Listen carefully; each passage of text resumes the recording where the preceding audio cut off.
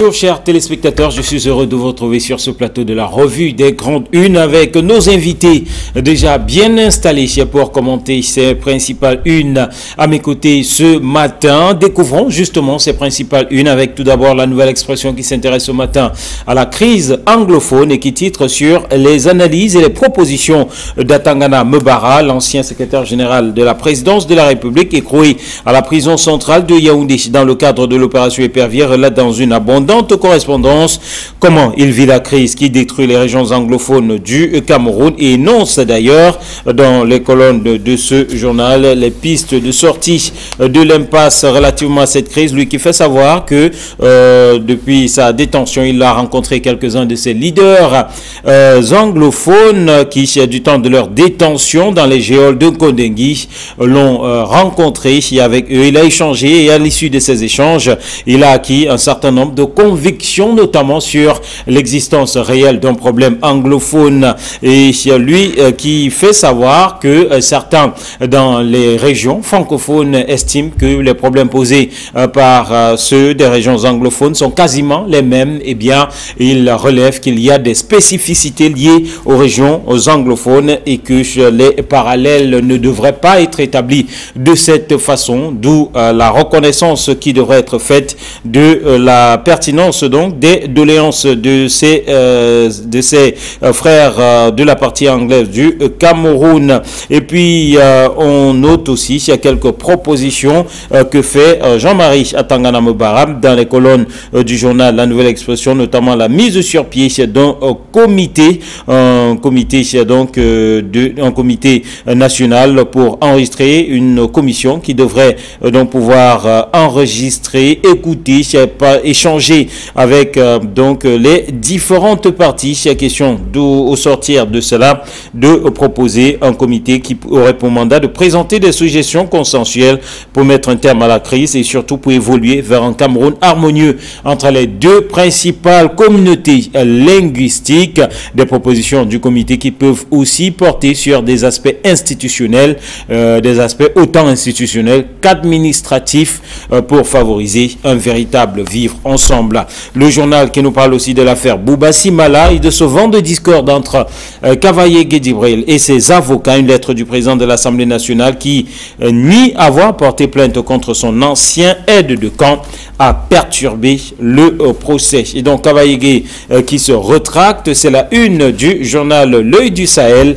Kavaye qui abandonne les poursuites contre Bouba Simala. L'Œil du Sahel revient longuement sur cette lettre du président de l'Assemblée nationale, publiée d'ailleurs à sa page 11, lettre dans laquelle on peut lire notamment qu'il convient de préciser que je n'ai pas porté plainte contre Bouba Simala, fin de citation. Et à la lecture de cette phrase au tribunal militaire hier, du côté de Yaoundé, il faut dire que c'est une onde de choc, nous dit le journal L'Œil du Sahel, qui a envahi la salle avec des regards étranges entre les conseils, notamment ceux de l'accusation, dont ceux de Kavaye Guédibril. Le journal qui par la suite donne la parole à l'avocat au conseil de Bouba Simala, maître Emmanuel Sim, qui fait savoir notamment que lorsqu'on n'est pas plaignant, on ne peut pas avoir des avocats pour relever quelques incongruités dans cette démarche ou dans cette volte-face du président de l'Assemblée nationale.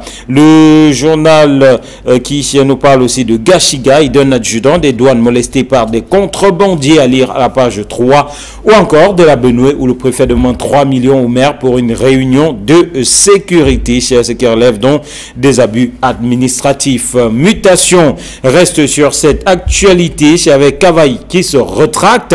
C'est la une de Mutation qui fait savoir que dans une lettre adressée au tribunal militaire de Yaoundé, le président de l'Assemblée nationale déclare n'avoir jamais porté plainte contre son ex-garde du corps, qu'il a notamment accusé de terrorisme par le passé. Surprise et embarras parmi ses avocats, à lire à la page 5 de Mutation. Le quotidien de l'économie s'intéresse ce matin aux infrastructures et parle de faux pas du Cameroun, du Tchad et de la Banque africaine de développement sur le pont du Logone. La pose de la première pierre de cet ouvrage intégrateur prévu au cours de ce mois de juin a été reporté à une date ultérieure sans autre précision, d'où ce faux pas, d'où cette une de l'économie au quotidien. Donc, et puis le journal nous parle aussi en politique de la société civile qui conteste l'idée de la prorogation du mandat des députés, à lire à la page 9. Repère, ça qui s'intéresse au Mouna. Repère qui titre sur le déchirement autour des biens d'origine douteuse de cette famille Mouna, qui évalue d'ailleurs quelques-uns de ces, qui répertorie quelques-uns de ces biens qui reviendront sur cette guerre de succession qui déchire actuellement la famille Mouna. Le Popoli s'intéresse à la gendarmerie, le secrétariat d'État à la défense et la gendarmerie interdite désormais de Facebook, de Twitter et des réseaux sociaux.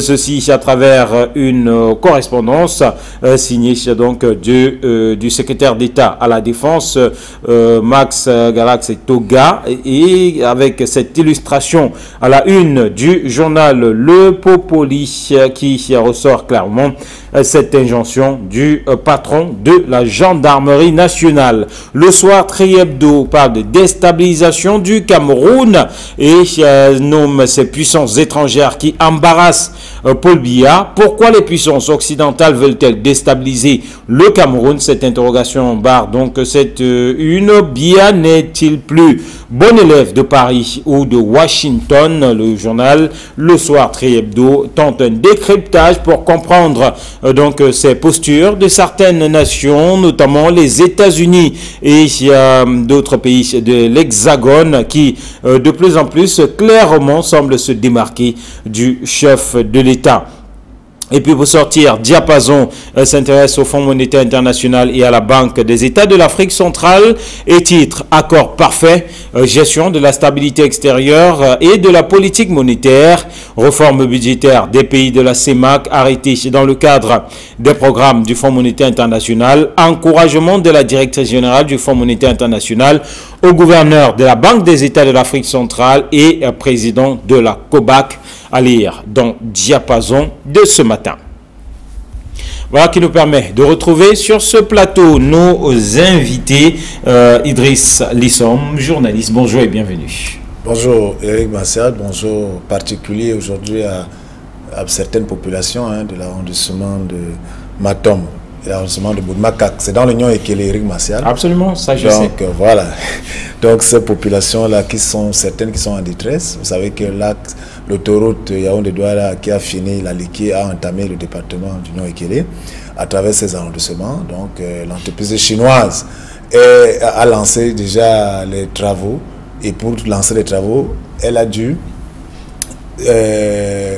détruire les plantations de cacaoyères et tout ça comme cela était prévu, mais il se trouve que ces populations n'ont encore reçu aucune compensation comme d'habitude. Pourtant, on leur a annoncé jusqu'au 9 juin dernier l'arrivée de ces chèques qui tardent à tomber. Donc voilà un peu, je leur dis bonjour à toutes ces populations de l'Union Ekele qui sont abandonnées à elles-mêmes. Et malheureusement pour ces populations, elles pensaient avoir des élites, Eric Massial, mais les élites dimanche dernier étaient plutôt pour faire un meeting à Ezeka pour soutenir un candidat naturel. Et au lieu de soutenir les populations et de défendre, de faire le plaidoyer de ces populations qui sont dans la brousse abandonnées. Certains, le plus grave, c'est quoi? C'est que il y a des plantations depuis 7 mois qui, on leur a demandé de ne plus entrer dans ces zones qui a été retenues. Et d'autres, en cette période, vous savez que cette période, on vend des prunes, des safous et tout ça.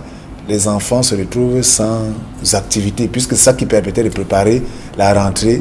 Et entre-temps, ils ne savent pas ce que demain les réserve. Donc, je pense à eux ce matin. On ne dira pas que ces populations ou ces villages n'ont pas d'élite. Une élite est là, en tout cas, pour porter leur doléance. Hervé Viandilé, bonjour. Bonjour, Imassan Jomo. Bonjour, particulièrement population de la ville de Bafa.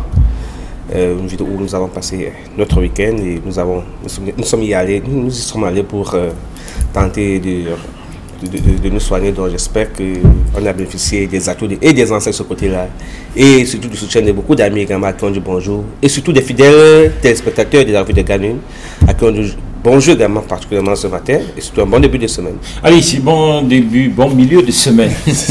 Bon milieu de semaine. Alors, la crise anglophone qui revient à la une de certains journaux ce matin, notamment la Nouvelle Expression qui a publié dans ses tribunes de l'ancien secrétaire général de la présidence de la République, Jean-Marie Atangana Mbara, et le journal donc le soir, et le journal plutôt le Popoli, qui relativement à cette crise titre sur la gendarmerie nationale et ses instructions de M. Toga qui interdit donc l'usage des réseaux sociaux au sein de la gendarmerie. Alors le décryptage tout d'abord avec les analyses et les propositions de Jean-Marie Atangana Mbara dans la Nouvelle Expression. L'ancien secrétaire général fait quelques propositions. Vous avez lu, vous avez parcouru l'article. Comment appréciez-vous déjà sa façon à lui de cerner ce problème anglophone, Hervé Villard? Bon, il faut dire que c'est déjà bien qu'étant dans sa prison, qu'il puisse également s'intéresser à ce problème qui perturbe la vie harmonieuse au Cameroun. Il faut également dire que le constat qu'il fait n'est pas nouveau. C'est un constat que nous avons eu à faire sur ce plateau parce que beaucoup de Camerounais ont tenté de généraliser les problèmes anglophones avec les problèmes que rencontrent d'autres populations de la région du Cameroun, dans d'autres régions où on connaît presque des problèmes similaires, sauf que nous avons toujours fait comprendre que le problème anglophone il est spécifique. Et Atangana Mbara a également fait bien de le reconnaître parce que pour avoir discuté avec beaucoup de prisonniers incarcérés à cause de cette crise, il est revenu au même fait. Parce que, qu'on le veut ou non, le Cameroun, avant d'être État unitaire, il a été un État fédéré avec deux États. Donc, un État anglophone et un État francophone. Et quand on remonte l'histoire, on comprend effectivement que c'était deux États hier qui avaient des régions, bien encore, qui avaient des provinces. Donc, ce n'est que des pétitions. Et même au niveau des solutions qu'ils essaient de proposer, avec la mise sur pied d'une commission pour recueillir les désiderata de médiation, pour recueillir les désiderata des populations des régions anglophones, je pense que on ne fait que le répéter ici parce que pour résoudre un problème comme celui-là, on se devrait d'écouter ceux qui se plaignent pour pouvoir recueillir leurs doléances, leurs différentes revendications. Et que maintenant quand il parle maintenant de la mise sur pied d'une commission pour les résolutions, c'est-à-dire qu'on devrait penser de voir les résolutions sur le plan administratif, sur le plan même sur le plan de la gestion territoriale, pourquoi pas? Je pense que il ne fait que dire ce que beaucoup de Camerounais disent à travers les zones de télévision, parce qu'en réalité, les revendications des anglophones font partie des désiderata des Camerounais. Donc,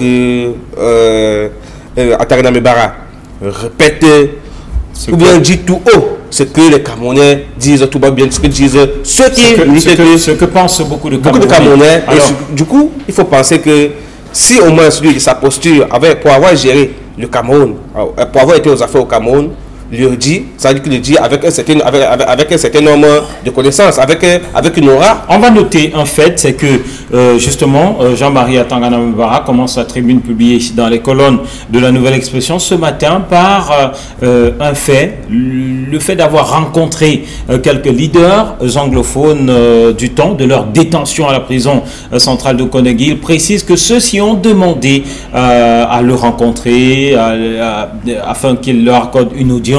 L'audience a été accordée et il fait savoir que sortir qu'après avoir écouté ces derniers, sa vision de ce problème a changé. Alors ça peut vouloir donner des indications sur ce qu'il y a à faire, sur le fait, comme disait Hervé Villard, qu'il faudrait écouter les uns et les autres, car lui, au commis de l'État, peut-être avant d'avoir échangé avec ses prisonniers dans le cadre de la crise anglophone, n'avait pas la grille de lecture qu'il a aujourd'hui.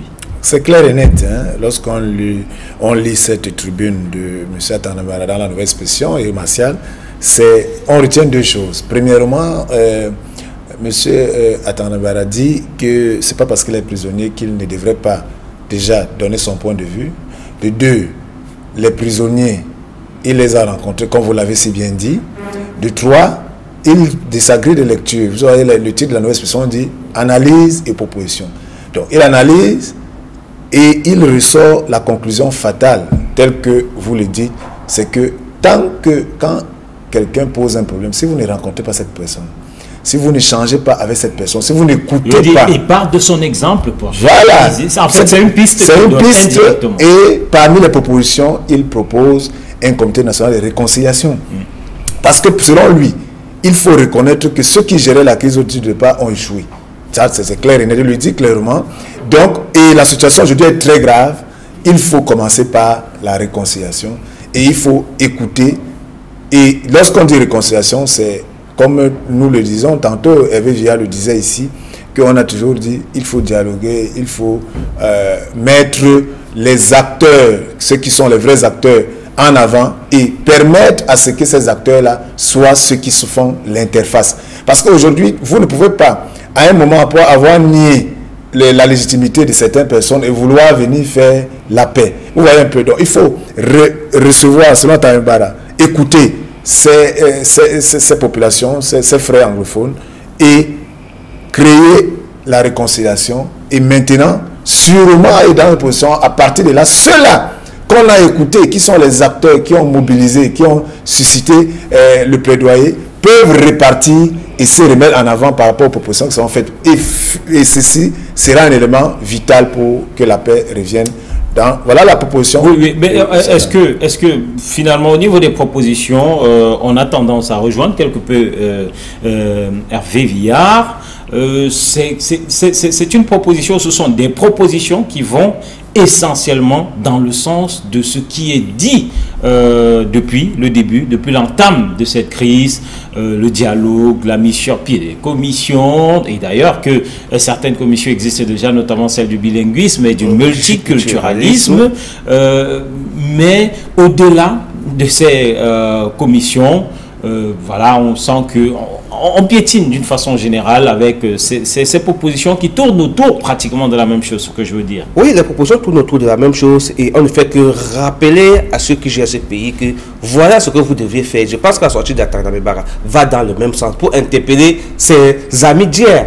Parce qu'aujourd'hui, il est en prison, mais il a quand même encore des amis des hauts communes d'État avec qui il gérait les affaires hier. Donc, si ressources pour dire que si ma voix peut vous interpeller, voilà ce qu'il y a lieu de faire pour que les Camerounais cessent de s'entretuer. Parce qu'au moment où nous en parlons, vous savez que la crise a franchi la région littorale, ils sont déjà dans la ville de Banga où et vivre aujourd'hui devient très compliqué. Or, ça n'arrange personne que le Cameroun soit divisé en deux, ça n'arrange personne que l'insécurité soit, sauf ceux qui profitent des butins, des vols, de la guerre. Parce que le Cameroun dit que la guerre, il y a certains qui profitent de la situation. Mais du moins, les Camerounais, en majorité, sont en train de perdre. Déjà que l'économie de ce côté-là a connu un grand coup. Ça ne fonctionne plus. Beaucoup ont fermé l'entreprise. Les maisons sont abandonnées. Le commerce, tout est abandonné. Ça veut dire que les Camerounais ne vivent plus normalement.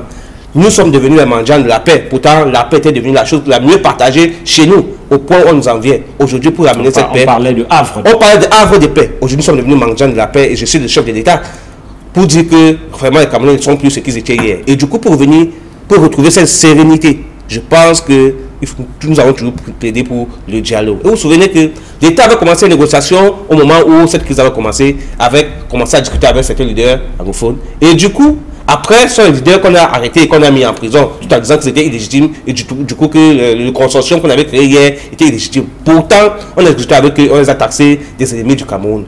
Du coup, aujourd'hui, on s'en trouve, on ne sait même plus avec qui discuter parce que je suis plus certain que ces leaders-là ont le même aura qu'ils avaient hier. La preuve, beaucoup ont été menacés de mort. Vous comprenez que l'État a réussi à créer ce qu'il ne fallait pas créer hier, en nous mettant le désordre. Maintenant, on ne sait plus qui fait quoi. Soit sur les bandes des bandits maintenant qui opèrent à Yu et à Dia en fonction de leurs droits d'acteur. On ne sait plus qui fait quoi. On n'a plus d'intermédiaire réel. Allez, donc on peut dire que cette médiation, ce dialogue s'annonce très difficile. Très difficile. Allez, faudrait y penser tout d'abord. Alors, le Popoli, ce matin, lui, s'intéresse à une des conséquences de cette crise, cette sortie, cette injonction même du patron de la gendarmerie nationale qui interdit à ses pandores l'usage de Facebook, de Twitter, de WhatsApp, des réseaux sociaux de façon générale. Quelle appréciation faites-vous de cette sortie? Oui, Eric Martial, moi je pense que c'est une sortie normale, mais il fallait peut-être que le moment arrive pour cela.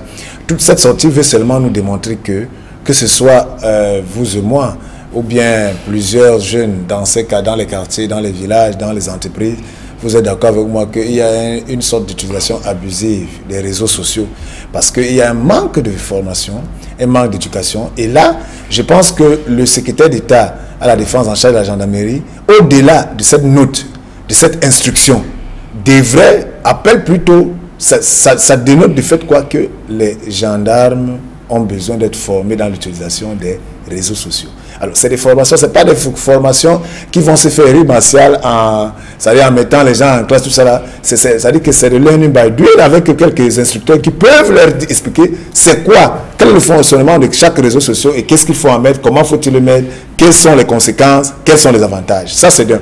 Mais je suis quand même aussi surpris que le délégué, le secteur d'État à la gendarmerie, à la défense en charge de la gendarmerie, sorte cette note. Pourtant, Éric Martial, il y a eu plusieurs formations de l'élite de la gendarmerie dans la gestion des réseaux sociaux. Et cette élite-là de la gendarmerie se plaint du fait qu'ils ont reçu la formation, mais on ne leur donne pas les moyens pour que eux, les formateurs, encadrent les plus jeunes, les jeunes gradés et tout ça. C'est ça qui est la question. C'est-à-dire qu'ils vous assurent que ça vous soit le budget qui a été mis en œuvre pour former cette élite-là, ces officiers, pour comprendre ce que c'est que les réseaux sociaux. Et maintenant, pendant qu'ils font le plan d'action pour venir distiller cela dans les camps, les gendarmeries, les brigades et tout ça, on ne donne aucun moyen. Quelle est la conséquence? La conséquence, c'est que tout le monde va utiliser les réseaux sociaux comme il entend, comme il veut, avec toutes les conséquences. Donc, ceci, pour finir, pour dire que ce que Populi met là, c'est de l'information. Quand ceux qui vont acheter Populi vont comprendre, voir le contenu, le courrier. Mais cette une nous fait seulement savoir qu'il y a un besoin. Ce n'est pas en interdisant, parce qu'en interdisant, je ne pense pas que ça n'aide pas les gendarmes. Il faut plutôt les aider à comprendre ce que c'est, comment utiliser pour que l'utilisation soit optimale. Certains pensent que c'est très restrictif et liberticide même à la limite, et voilà, mais d'autres de l'autre côté estiment que dans ce corps on était allé déjà trop loin avec le fait de filmer certaines interventions sur des théâtres d'opération EVVIA. Oui, c'est vrai que vous savez que l'armée, la gendarmerie fait partie de l'armée, et l'armée, on appelle généralement l'armée la grande muette. Rien ne va filtrer.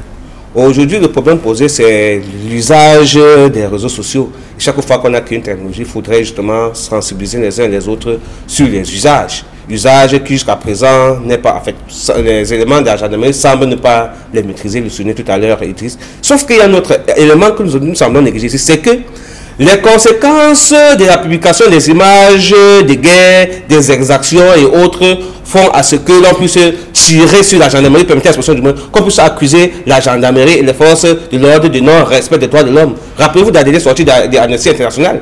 Ce sont des éléments à suffire pour démontrer le non-respect d'un certain nombre des droits de l'homme. Parce que quand vous filmez, par exemple, comment vous avez torturé un élément, soit-il de Boko Haram, ou bien un élément de taxi que vous avez torturé, ou bien encore les dernières images qui ont circulé sur le net, sont les images de ces deux jeunes filles qui sont en train de nager, obligées de nager dans la boue.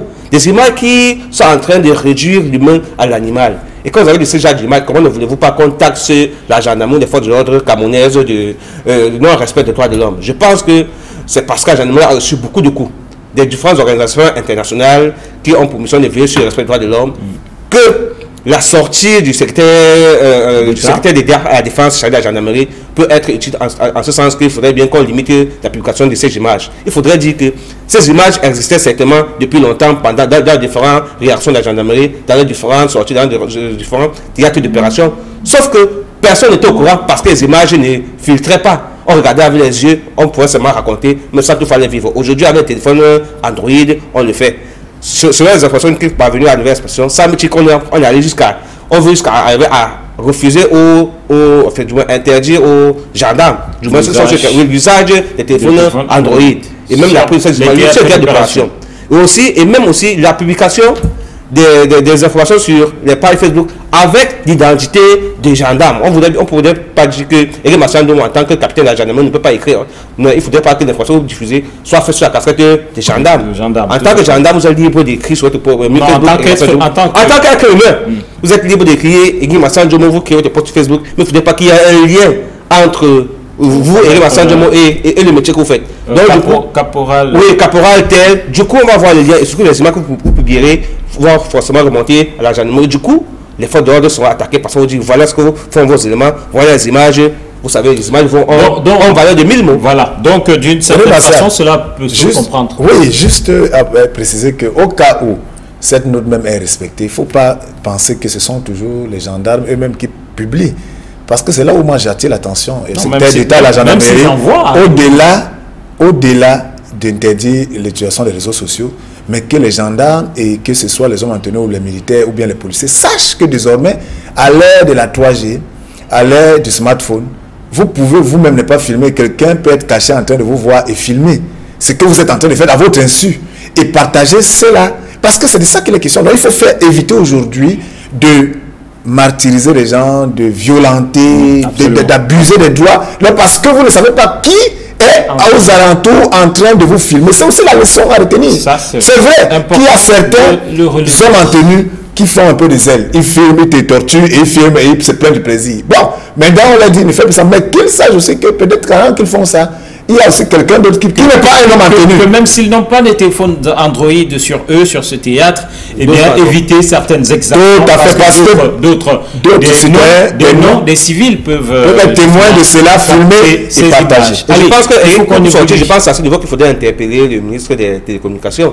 Parce que c'est à ce niveau que c'est eux qui jouent ça, ils peuvent remonter tout cela et surtout le plus important, c'est éviter des actes barbares. Sauf que le ministre des Télécommunications doit avoir un rôle à jouer dans ça parce qu'il faut normaliser l'usage les actes de barbarie. Parce que s'il n'y a pas acte de barbarie, il n'y aura pas ce genre d'image à diffuser. Et du coup, il faut qu'il y ait une sanction au cas où ces images sont diffusées parce que les réseaux sociaux deviennent aujourd'hui un média. Sanction aussi au cas où il y a ce genre de pratique. Alors, un autre fait qui apparaît pratiquement dans tous les journaux ce matin, Mutation nous dit Cavaille se retracte. La nouvelle expression dit vent de discorde entre Cavaille et ses avocats. L'œil du Sahel nous dit Cavaille abandonne les poursuites contre Bouba Simala. Voilà donc quelques journaux qui traitent de la question ce matin. Coup de tonnerre au tribunal militaire hier du côté de Yaoundé. Idriss Nissom. Oui, à lire tous ces journaux que vous avez cités, l'air du Sahel, la nouvelle expression, mutation, on constate tout simplement que c'est, comme on le disait un peu dans la tragédie, les grandes tragédies, c'est un coup de théâtre. Coup de théâtre où quelqu'un dit qu'il n'a jamais porté plainte et comme Maître Sim le disait, l'avocat de Bouba Simala disait que, mais attention, comment quelqu'un n'a pas porté plainte et il y a ses avocats qui le représentent, qui sont présents, pourquoi tu ne portes pas plainte et il y a l'avocat de l'accusation. En fait, moi je pense que cette volte-face veut tout simplement dire que entre cette affaire-là, vous voyez tout ça, c'est ça, entre ça contribue dans la distraction, Éric Martial. Donc ça veut dire que entre l'ancien aide de camp du président de l'Assemblée nationale et nous autres, ils nous ont distraits pendant tout ce temps. Pour années. Pour nous, qu'est-ce que la presse n'a pas dit? Il y a même eu des menaces de Bouba Simala qui a dit, lui, je vais tout dire. Donc, c'est des complices, entre complices, et ils ont passé le temps à nous distraire pour qu'à la fin, il y ait cette volte-face qui va faire à ce que tout rentre dans l'ordre. Non, mais tout ne rentre pas dans l'ordre. Justement, le procès va se poursuivre cette fois avec le ministère public dans la partie plaignante. Est-ce que cette aide de Kambouba Simala se taira finalement parce qu'il a eu à menacer, à faire des menaces, une sorte de chantage? Est-ce que parce que le président de l'Assemblée nationale envoie le courrier pour dire que non, moi je n'ai jamais eu à porter plainte, vraiment je ne suis pas concerné? Vous voyez un peu, est-ce que... Donc nous attendons de voir la suite du procès et c'est que le concerné, l'accusé, Bouba Simala, fera, c'est son attitude qui est intéressante. Voilà, le mot volte-face est utilisé justement à bon escient dans ce cas de figure. Cette volte-face, Hervé Villard-Délé, on sait que au déclenchement de cette affaire, le président de l'Assemblée nationale, repris par plusieurs journaux, avait accusé son ancien de camp, son ancien garde du corps, de terrorisme. Voilà un mot en tout cas assez fort qui avait été utilisé au moment des faits. Aujourd'hui, on parle de volte-face. C'est gros quand même, comme le disait ou comme le relèvent certains journaux avec les déclarations des uns et des autres au tribunal militaire hier. C'est très gros, je pense que c'est même une forme de ponce pilatisme parce que le président de l'Assemblée nationale laisse croire qu'il n'a rien à voir dans cette histoire de Bouba Simala, que lui n'a jamais porté plainte Il n'a jamais été entendu dans cette histoire, ni verbalement, ni par écrit. Donc, du coup, réellement, Bouba Simalia est détenu depuis pour rien. En fait, lui n'a rien à voir. Sauf que c'est quand même très... J'oublie parmi les chefs d'accusation un autre qui portait sur non-respect de consigne, tentative d'enlèvement. Voilà, et même outrage à corps constitué. Voilà. Donc, vous voyez, après avoir réglé tous ces faits, vous constatez que si aujourd'hui le président de l'Assemblée nationale dit qu'il n'a rien à voir dans cette histoire, ça veut dire que vraiment il n'est pas honnête avec lui. Et du coup, l'interrogation, de qui a peur le président de l'Assemblée nationale? Aurait-il reçu des menaces, ou du moins c'est la pression des îles du Grand Nord qui l'oblige à se dédier ou bien à venir sur ce qu'il avait dit hier? Dans les colonnes de l'heure du Sahel, encore la nouvelle expression, on fait comprendre que le président a dit qu'il avait seulement dénoncé. Il n'avait jamais porté plainte. Même la dénonciation n'est pas différente de la plainte. Parce que quand vous dénoncez, ça veut dire que vous plaignez. Je pense que c'est le ministère public qui s'est saisi d'affaires. C'est ce qu'il veut laisser entendre aujourd'hui. Et si le président du tribunal, le président de la collégialité se met aujourd'hui pendant l'audience et lit officiellement, n'est-ce pas, cette lettre, je ne sais pas si c'est pour déresponsabiliser le président de l'Assemblée nationale aujourd'hui dans cette histoire. Pourtant, tout le monde sait qu'au départ, c'était lui qui était à l'origine. Donc il n'y a pas de possibilité de dire qu'il n'est pas dedans, qu'il n'est pas concerné par cette histoire. Il y a la preuve. Maître Sim dit que quand on n'a pas porté plainte, on n'a pas besoin de commettre des avocats pour venir au tribunal. Si le Premier ministre, le président de l'Assemblée nationale a commis des avocats, ça veut dire qu'il a porté plainte, que de manière officielle ou officieuse. Du moins, de son rang de haut commis de l'État, il ne devrait pas être en train de dire. Quelle suite devrait-on donner à cette affaire, Hervé Viard? La suite, c'est que le procès continue au tribunal militaire. Et du coup, le PAN refuse toute responsabilité. Et que maintenant, c'est le ministère public qui poursuit l'affaire. Donc, l'affaire maintenant, c'est le ministère public contre Bouba Simalia. Il faudrait donc que nous tous attendons le dénouement. On espère que sur le plan juridique, quand il y a une lettre comme celle du PAN, qui tombe dans un tribunal, normalement, l'affaire devrait s'arrêter parce que c'est lui qui a poussé l'affaire au tribunal. Si se redit, ça veut dire qu'il n'y a plus eu infraction, donc du coup, on devrait libérer. Mais les accusations sont assez graves. Très graves. Pour que l'affaire puisse se terminer de cette façon, d'où la projection faite par certains journaux pour la suite, projection, notamment pour certains qui pensent que, en tout cas, qui disent de façon logique que le ministère public devrait continuer ou continuera avec cette affaire au regard des chefs d'accusation. Oui, au regard des chefs d'accusation, Éric Martial, c'est pour ça que je dis qu'on attend de voir quelle est l'attitude du ministère public. Aujourd'hui, celui qui semblait être le plaignant se désiste, d'une manière, il dit qu'il ne se reconnaît pas. Alors, le ministère public, par rapport à la gravité de l'accusation. Maintenant, on pose la question, qui accuse qui? La gravité de l'accusation, qui a relevé ces faits? Non, il y a des accusations, même si le président de l'Assemblée nationale dit que... Voilà, maintenant, face à ces accusations, on attend dans la suite. Et moi, je dis, et la presse va scruter l'attitude de notre ami Bouba Simala. C'est ça qui est plus important dans cette affaire. Est-ce qu'il y a-t-il des choses qu'on nous cacherait?